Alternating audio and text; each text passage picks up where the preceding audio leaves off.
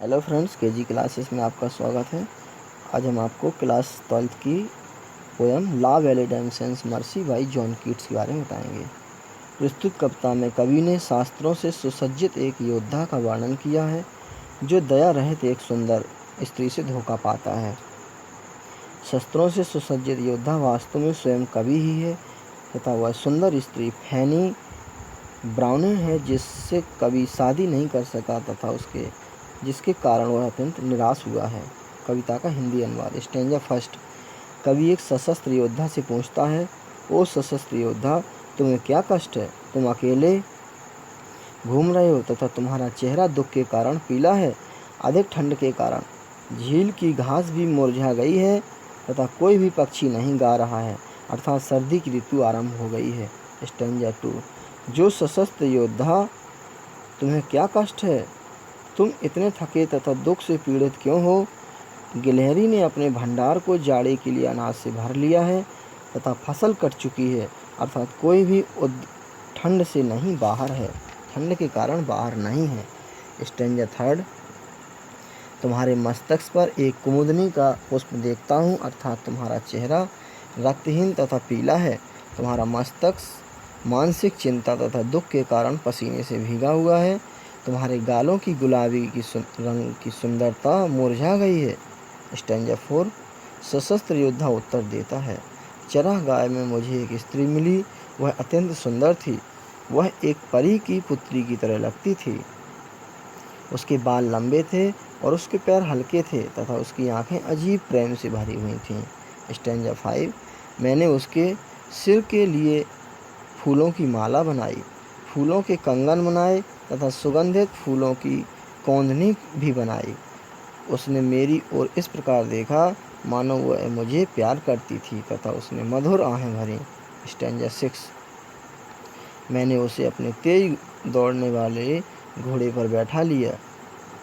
दिन भर मैंने उसके अलावा कुछ नहीं देखा, क्योंकि एक ओर को झुककर वह परियों की गीत गा रही थी।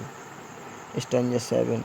उसने मुझे मधुर तथा स्वादिष्ट कंदमूल, शुद्ध प्राकृतिक शहद तथा एक प्रकार का स्वर्गीय भोजन दिया। उसने मुझे अजीब भाषा में कहा, मैं तुमको प्रेम करती हूँ। Stanza eight.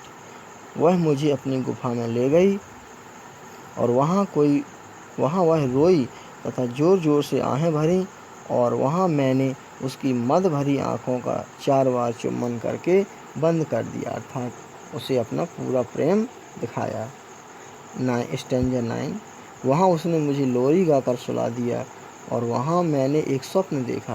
आह, मुसीबत आ पड़ी, यह ठंडी पहाड़ी पर देखा गया मेरा अंतिम स्वप्न था। स्टैंजा 10।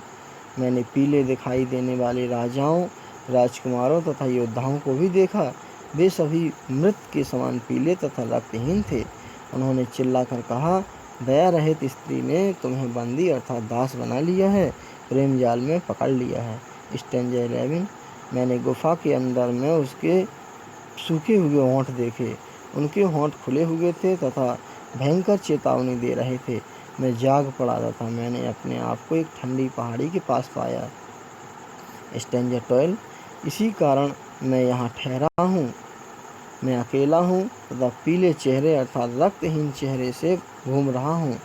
यद्यपि झील की जंगली घास मुरझा गई है तथा कोई भी पक्षी गीत नहीं गा रहा है। Central idea.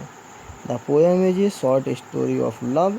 In it, the poet describes how a beautiful lady without mercy charms and then deceives the knight badly. The knight falls in love with the beautiful lady. He makes a garland for her head and offers her a bracelet of beautiful flowers. The lady takes him to her cave. She offers him sweet fruits and wild honey. She weeps and sighs to show her love for him. She lulls him to sleep by singing a sweet song. In his sleep he sees a dream. In his dream he sees pale kings, princes and warriors. They warn him not to trust the unfaithful lady. When he wakes up, he finds himself all alone by the cold hillside. Cave means गुफा, barrier means योद्धा, trust means विश्वास करना, wakes up means जागता है। Meaning, stanza first,